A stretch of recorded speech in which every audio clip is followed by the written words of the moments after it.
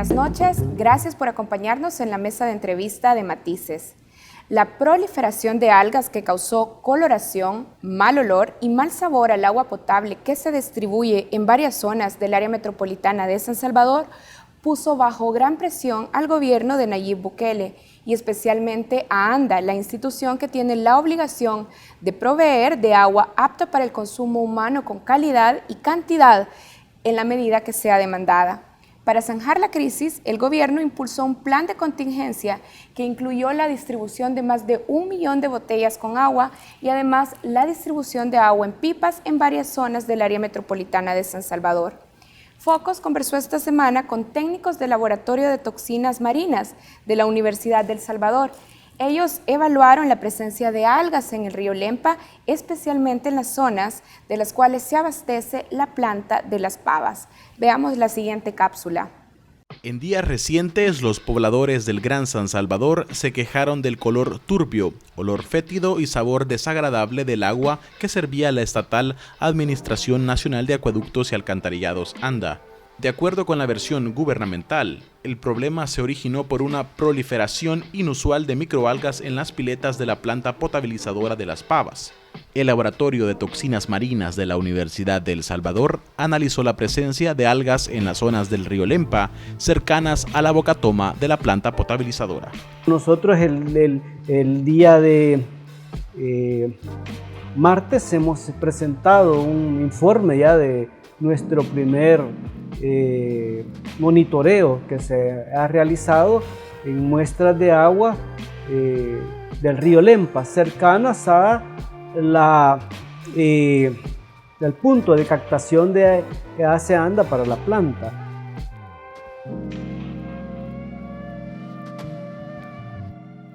Nosotros encontramos varias, al menos unas 15 especies, pero solamente reportamos las que son más abundantes y aquellas que según la literatura científica son potencialmente tóxicas o nocivas. Entonces la que nosotros reportamos ahí, pues dentro de las que podemos destacar como potencialmente tóxicas, se encuentra esta alga que se llama cianobacteria, que se llama Plantotrix. También encontramos otra que se llama Dolichospermum y otra que se llama Microcystis. En esto también reportamos su abundancia, es decir, en qué concentración se encuentran, número de células por unidad de volumen, en este caso 1 mililitro de agua. Esa es la forma estándar, digamos, en la que podemos reportar la abundancia de estos microorganismos. Estos organismos particularmente son de un grupo que se llama cianobacterias, ¿verdad? Y en este caso, según el parámetro de la OMS, el nivel de riesgo es bajo, porque nos encontramos debajo de 20.000 células por mililitro, que es el criterio que utiliza para establecer el nivel de riesgo.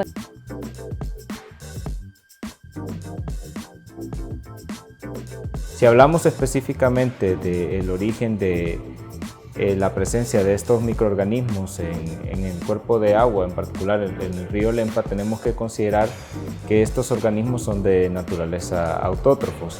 Eso significa que para producir, digamos, por ejemplo, las diversas sustancias químicas que necesitan para su crecimiento, ellos lo hacen a partir de las sustancias elementales que se encuentran disponibles o elementos que están disponibles en el cuerpo de agua. En particular, para todo cuerpo o ser viviente se necesita específicamente el carbono, pero además de eso también hay otros 2 elementos que son fundamentales, que es el nitrógeno y el fósforo.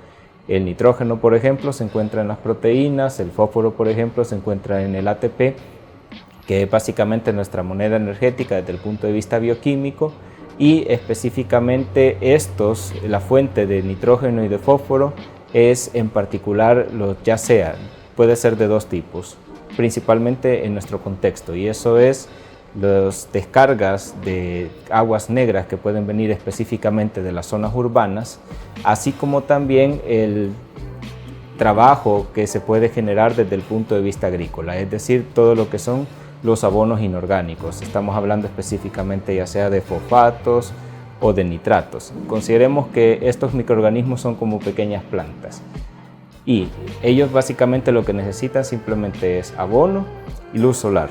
Entonces, si están estos nutrientes en altas concentraciones y hay una cantidad de luz solar necesaria y la temperatura inclusive adecuada para eso, esto va a conllevar nuevamente a una proliferación futura. El contexto del río, que es un ecosistema que es dinámico, que el agua fluye, pues Un factor muy importante es el tiempo de retención. ¿Qué tanto tiempo queda estancada el agua, por ejemplo? También por las declaraciones que hemos escuchado, el problema de proliferación ocurrió dentro de la planta, no afuera en el río.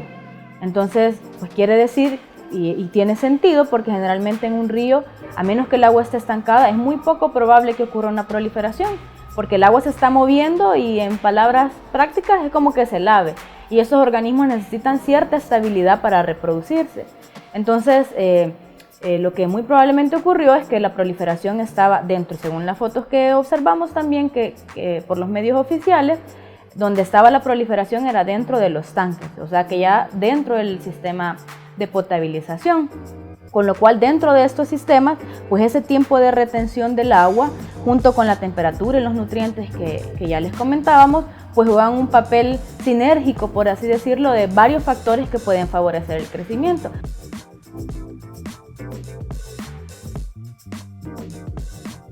Las versiones oficiales también lo declararon, ¿no? Que había un problema de gestión al interior, que sí, que es un fenómeno natural. Las proliferaciones se dan en la mayoría de los cuerpos de agua de nuestro país, lo hemos registrado nosotros muy bien eso, pero probablemente también hay factores de gestión involucrados. Tomemos en cuenta que la planta potabilizadora de Las Pavas en particular no es una instalación relativamente nueva y que obedeció, digamos, a la respuesta de esa normalización, digamos, de esos parámetros en el momento que fue construida. Hoy en día, conforme, digamos, están apareciendo diversos fenómenos naturales que tienen mucho que ver con la acción humana, así como también en parte se le puede atribuir en un cierto nivel, aunque sea mínimo, del cambio climático, se generan, digamos, nuevas cuestiones o nuevos aspectos a tomar en consideración en la potabilización. Razón por la cual podemos considerar que desde el punto de vista inicial de cómo trabaja la planta potabilizadora no estaba previsto este tipo de situación. Ahora bien, una vez ya sucedido este tipo de problema e identificado de que este puede ser un potencial aspecto que puede generar un daño a la salud, es donde se debe de actuar en cuáles son los futuros acciones de contingencia que se deben de tomar para evitar que se repita esta problemática nuevamente. Finalmente, el presidente Bukele reconoció el problema y anunció un Plan Nacional de Agua con el que su gobierno aspira a resolver los problemas históricos que tiene nuestro país en materia de abastecimiento. Para conversar con nosotros sobre la planificación que se requiere para resolver los problemas de abastecimiento, pero también los problemas de saneamiento y otros problemas ambientales relacionados con la gestión del recurso hídrico, hoy nos acompaña Sandra Gutiérrez. Sandra Gutiérrez es arquitecta de la Universidad Centroamericana José Simeón Cañas, UCA, posee una maestría en diseño urbano, con especialidad en espacios públicos, ha sido becaria Fulbright Humphrey, desempeñándose como investigadora en el Instituto Tecnológico de Massachusetts, MIT, y en la Universidad de Harvard en Estados Unidos. Además es docente e investigadora, especialista en temas relacionados con agua, ciudades sostenibles y espacios públicos. Gracias, Sandra, por acompañarnos. Muchas gracias a ustedes por la invitación. Sandra, yo hacía una introducción muy grande al tema que hemos estado revisando en las últimas semanas, del que hemos estado discutiendo, el tema de la calidad y el abastecimiento del agua potable, sobre todo en el área metropolitana de San Salvador. El año pasado, en el 2019, usted publicó un artículo de opinión en el que afirmaba que era necesario incluir la dimensión medioambiental en los planes de seguridad. Probablemente esa idea no sea tan fácil de entender, pero en términos de política pública, Sandra, ¿cómo debería expresarse esa integración? Yo creo que ahí hay varias aristas. Evidentemente, el tema ambiental asociado a temas de seguridad no es algo que lo digerimos tan fácilmente. Pero ¿cuál era mi planteamiento?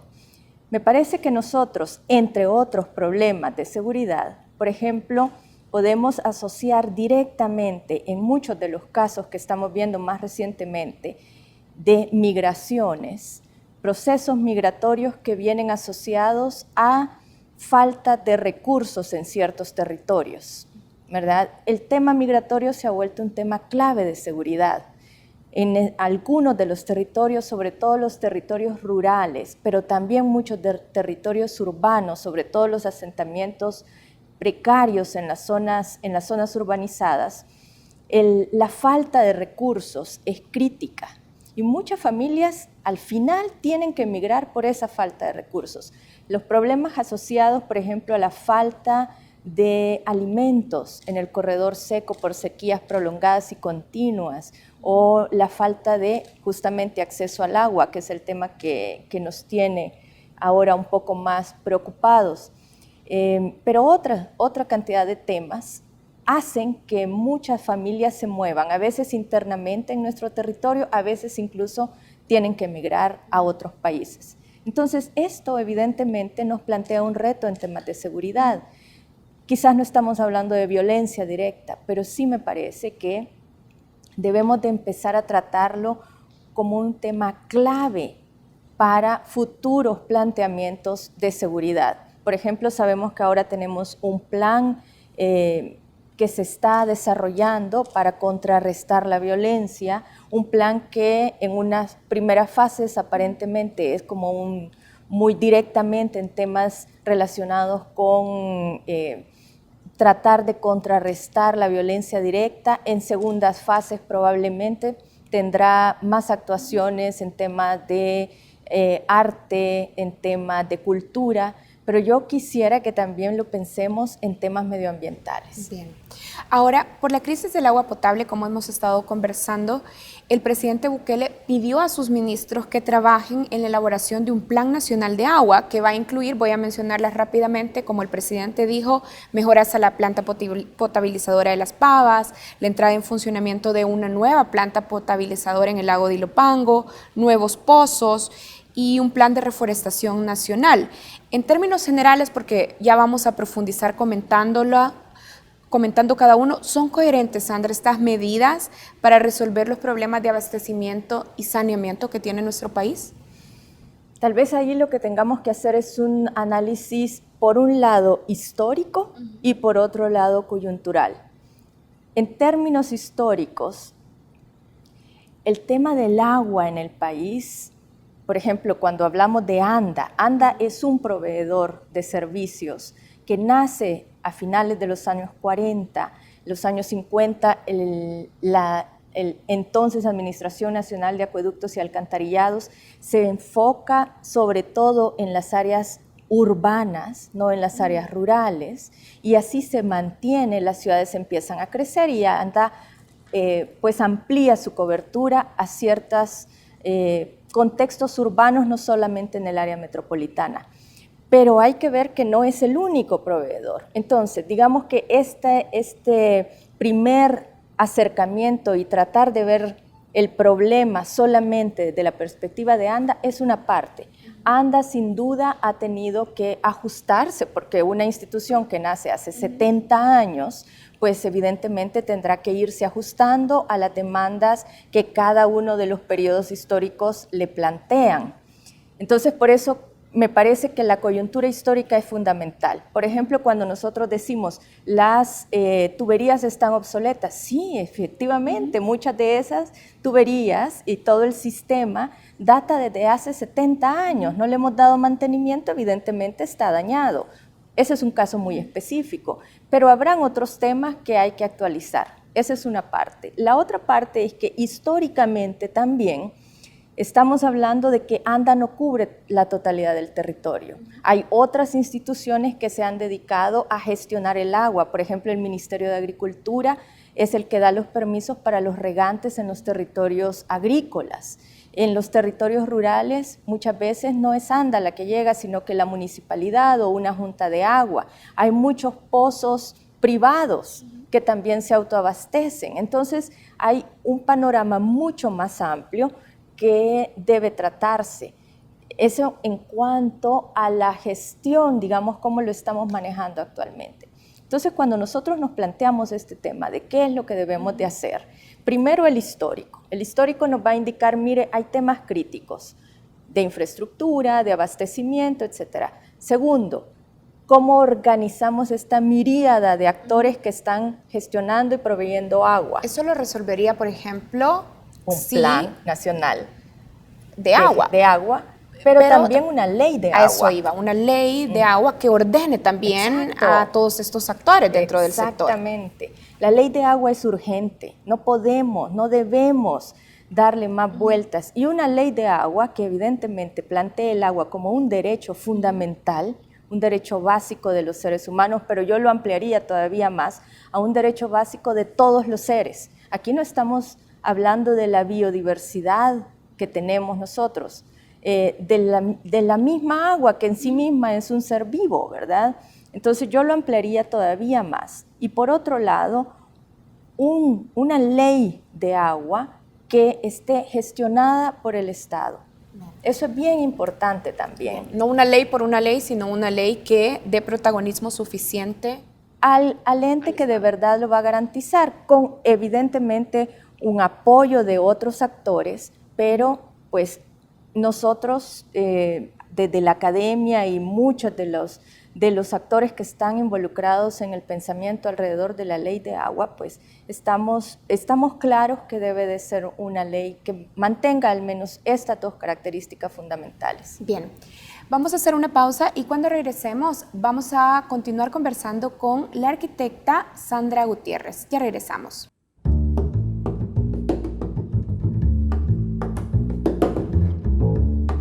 Regresamos a la mesa de entrevista de Matices. Hoy estamos conversando con la arquitecta Sandra Gutiérrez. Es docente e investigadora especializada en temáticas relacionadas con agua, ciudades sostenibles y espacios públicos. Sandra, ya en el bloque anterior usted nos explicaba que desarrollar un Plan Nacional de Agua requiere revisar a los actores, pero también requiere que se trabaje en una ley integral de gestión del recurso hídrico. Me gustaría ahora que hablemos de algunas de las medidas que ha anunciado el presidente Bukele. Él decía que una de las medidas importantes y urgentes que va a desarrollar su gobierno es la perforación de pozos en el área metropolitana de San Salvador, aunque también hablaba de la perforación de pozos en áreas rurales. En la conferencia de prensa, ANDA anunció que se iban a perforar 100 pozos para este año 2020 y el presidente pidió que el Ministerio de Obras Públicas también construyera o abriera 50 o 60 nuevos pozos. ¿Cuáles son las consideraciones o evaluaciones que deben de hacerse antes de proceder a perforar pozos? Digamos que esas son medidas que, si bien es cierto, pueden ayudar a paliar una crisis puntual, deben verse en un planteamiento también más amplio. En el caso de la perforación, solamente la perforación de pozos, pues eso tiene consecuencias, tendrá consecuencias particulares para el acuífero que se está perforando, cómo ese acuífero se está recuperando, cuánto tiempo se tarda en recuperarse, qué tipo de suelo hay, qué urbanizaciones o no hay alrededor, para qué usos se van a perforar, será para provisión en áreas de vivienda o será para provisión en áreas de industria, de comercio, es decir, hay muchas consideraciones más que solamente perforar un pozo. A mí me parece que el presidente debe de apoyarse en sus equipos técnicos y apoyarse en el camino que ya se ha recorrido. Nosotros, como país, en el año 2016, lanzamos por primera vez un Plan Nacional de Gestión Integral de Recurso Hídrico. Este plan es inédito, el país no contaba con un plan de este tipo. Al mismo tiempo se empezó a trabajar un Plan Nacional de Agua Potable y Saneamiento, que entiendo ya está finalizado. Entonces, tener estos dos apoyos técnicos es fundamental. Entonces, sí se puede hablar de la perforación de pozos como un tema muy puntual, y habrá otros más, pero en este contexto de cómo ese pozo de verdad está siendo visto holísticamente. Y entendiendo a la vez las evaluaciones técnicas que ya deberían de existir o que ya deben de existir sobre cada sector que se pretenda perforar, entonces. Los equipos técnicos, por ejemplo, que están en el Ministerio de Medio Ambiente son verdaderamente fabulosos. Hay gente con mucha experiencia que ha estado trabajando durante muchísimo tiempo y que tienen el expertise adecuado para poder hacerlo. Hay otros técnicos también en diferentes instituciones que yo he tenido pues el honor de colaborar con ellos, y son personas que de verdad tienen mucho conocimiento. Yo creo que hay un buen, digamos, una buena base sobre la que habría que apoyar esta toma de decisiones. Hablando de documentos y de instancias dentro de las instituciones que ya existen, en 2016 también se integró el CONASAB, el Consejo Nacional de Sustentabilidad Ambiental y Vulnerabilidad. De hecho, de este consejo participaba la UCA. Este esfuerzo, sin embargo, dejó de funcionar con la entrada a la administración del presidente Bukele. ¿Cuáles fueron los aportes de este consejo y por qué es importante su funcionamiento? Bueno, ustedes me han tenido haciendo muchos deberes en estos días y justamente traje este documento que creo que todavía, si no estoy equivocada, se puede descargar de algunas páginas institucionales. Es el Plan El Salvador Sustentable. El consejo era un consejo bastante amplio donde participaban una gran cantidad de actores y que permitió avanzar en temas críticos de país, poniéndose de acuerdo y a veces no poniéndose de acuerdo, porque de eso se trata también estos espacios, ¿no? Hay algunos temas en los que se avanza muy fácilmente, otros en los que no, pero ya tener este Plan El Salvador Sustentable, que junto con el Plan Nacional de Gestión Integrada del Recurso Hídrico o con otros planes, por ejemplo el Plan APS que mencionaba de ANDA, pueden ser una base valiosa. Yo creería que el CONASAB u otro ente similar debería de mantenerse, debería de seguir existiendo. Bien, ahora hablemos también de las mejoras que se han anunciado en las plantas potabilizadoras.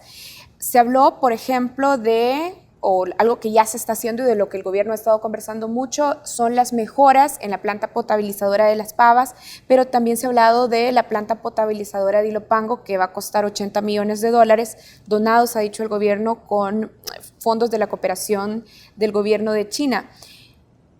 ¿El incremento en la capacidad de producción de agua potable, Sandra, resuelve los problemas de abastecimiento del área metropolitana de San Salvador? Nuevamente, es una solución que va a tener cierta temporalidad. Yo creo que los problemas más amplios no se van a resolver solamente con plantas potabilizadoras. ¿Cuáles son los problemas más amplios y por qué son soluciones estas temporales entonces? Bueno, quizás van a durar cierto tiempo, ¿verdad? Pero después vamos a volver a necesitar una planta potabilizadora en otra zona, otra más grande, mientras no atendamos esos problemas críticos. ¿Cuáles son esos problemas críticos? Nosotros debemos partir de comprender, por ejemplo, que tenemos fuentes de agua que a veces son superficiales, como los ríos, los lagos, ¿verdad? Y fuentes de agua subterráneas, los acuíferos. Entonces, estas fuentes de agua pertenecen a estructuras ambientales mucho más grandes que una ciudad. La cuenca, por ejemplo, El Salvador comparte la mayor de sus cuencas, que es la cuenca del río Lempa, con Honduras y con Guatemala. Nosotros, al hablar del enfoque de cuenca, analizamos todo el territorio, ¿sí? Ahora bien, dentro de esa cuenca, el Acelguate, por ejemplo, que es el río más contaminado del país, es una subcuenca del río Lempa. El Acelguate es un río que atraviesa una cantidad considerable de municipios y dentro del río, dentro de esta cuenca, la ciudad es algo que le pasa al río. Pero justamente ese paso por la ciudad es lo que más lo contamina. Entonces, hablando de las aguas superficiales, los ríos es un tema crítico porque allí nosotros hacemos descargas constantemente. Descargamos nuestros desechos domiciliares, descargamos desechos industriales, basura, estamos contaminando con agroquímicos cuando atraviesa las áreas rurales y todo esto va a dar al río Lempa, al embalse. El Acelguate es particularmente, este río desemboca en el embalse del Cerrón Grande. Ahora bien, si nosotros lo que estamos haciendo es trayendo el agua de fuentes fuera del área metropolitana que ya están contaminadas, que se contaminan con esos ríos que llegan a esas fuentes, o cuando tenemos infiltraciones en los acuíferos y extraemos agua de pozos, por ejemplo, pero que ya están infiltrados con diversidad de productos que puedan ser diferente índole, ¿no? Desde, por ejemplo, agroquímicos hasta contaminación puntual por algunos residuos contaminantes industriales, etc.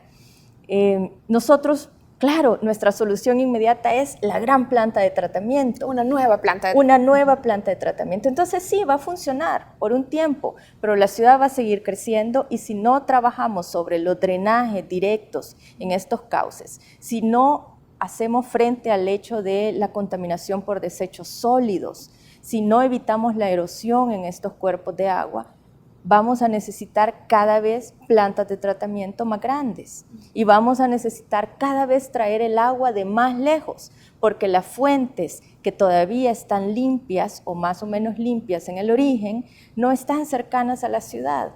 Ahora, Sandra, me imagino que esto que usted dice que es clave, trabajar sobre el tratamiento de desechos, es un trabajo y una estrategia muy compleja, pero para que las personas que nos están viendo tengan claridad de cuáles son las grandes apuestas que deberíamos pedir al gobierno, que el gobierno debería de impulsar en este tema, ¿cuáles tenemos que apuntar? ¿Cuáles son fundamentales de señalar? Bueno, aquí yo creo que partimos de tratar de implementar una nueva cultura de agua. Creo que eso no le compete solamente al gobierno, debemos de participar los diferentes actores de la sociedad, pero fundamentalmente los ciudadanos.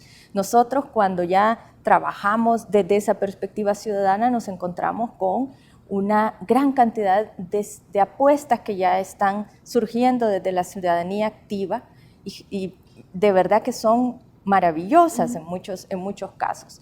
Entonces me parece que cambiar esa cultura que tenemos de consumo desmedido, de poco cuidado del agua, es una de las apuestas que deben de hacerse. Si ya lo vemos desde la perspectiva del gobierno, pues apostarle decididamente a un plan de manejo de desechos sólidos, que podamos de verdad poder separar nuestros desechos desde el origen, que tengamos las cadenas que se necesitan para reciclar, para reutilizar. Eso no es nada que no se pueda hacer. Algunos municipios ya lo están implementando, pero se necesitan apuestas de verdad decididas. Y ahí es donde sí yo creo que es clave, por ejemplo, el liderazgo del gobierno central. Bien, el presidente también pidió en esa conferencia de prensa a los representantes del MAR, el ministro que estaba ahí también y el representante de FONAES, un plan de reforestación nacional. Usted ya ha hablado de un programa de reforestación, el Plan Tatón, que tenía la meta justamente de restaurar 1 millón de hectáreas en 300 sitios ya identificados en nuestro país. ¿Cuáles son los criterios para garantizar que un plan de reforestación en efecto funcione y contribuya a un manejo sostenible de los recursos hídricos? Bueno, la base de este programa de Plan Tatón que ya se comenzó y que, por cierto, el ministro actual participó el año pasado en la Plan Tatón, que casi siempre se hace en el mes de junio. Yo creo que es una buena base. Sin embargo, hay algunos temas que a mí me parecen que pueden mejorarse. Por ejemplo, tener un verdadero acopio de plantas que estén listas para plantarse. El inicio de la época de lluvias es fundamental. Ahí, cuando ya tenemos las plantas o los árboles con un desarrollo bueno, que ya se puedan ellos pues proteger un poquito de esa intemperie y les caen las lluvias, esos arbolitos normalmente se pegan, casi no hay que darle seguimiento al asunto. Sin embargo, a veces lo que sucede es que estos árboles se siembran muy tarde o la planta todavía no está suficientemente desarrollada, pasan una serie de situaciones que se pueden manejar mejor. Tener acopio de árboles es importante, yo creo que ahí no solamente es un tema del gobierno, a mí me parece que podríamos iniciar perfectamente un plan ciudadano en el que cada familia cuide un árbol, lo tenga bonito, lo tenga ya listo para que en junio esa misma familia se va al sitio más cercano a su casa y lo siembra y lo cuida y nos aseguramos de que lo van a querer porque ellos lo han cuidado primero en su casa y después lo siembran cerca de su casa. Además hay que trabajar de la mano con biólogos, con agroecólogos, con bioingenieros, con agrónomos, con paisajistas que permitan entender qué tipo de especies vamos a plantar, donde no son las mismas especies en todos lados. El Ministerio de Medio Ambiente tiene ya mapas muy detallados de qué especies y en dónde se deben de plantar. Eso debería de ser información pública. Eso deberíamos de tenerlo disponible para los ciudadanos en las alcaldías, en las escuelas, en las universidades, en los centros sociales más cercanos a cada casa. Eso se puede hacer, sí, ya está, pero se necesitan acciones decididas.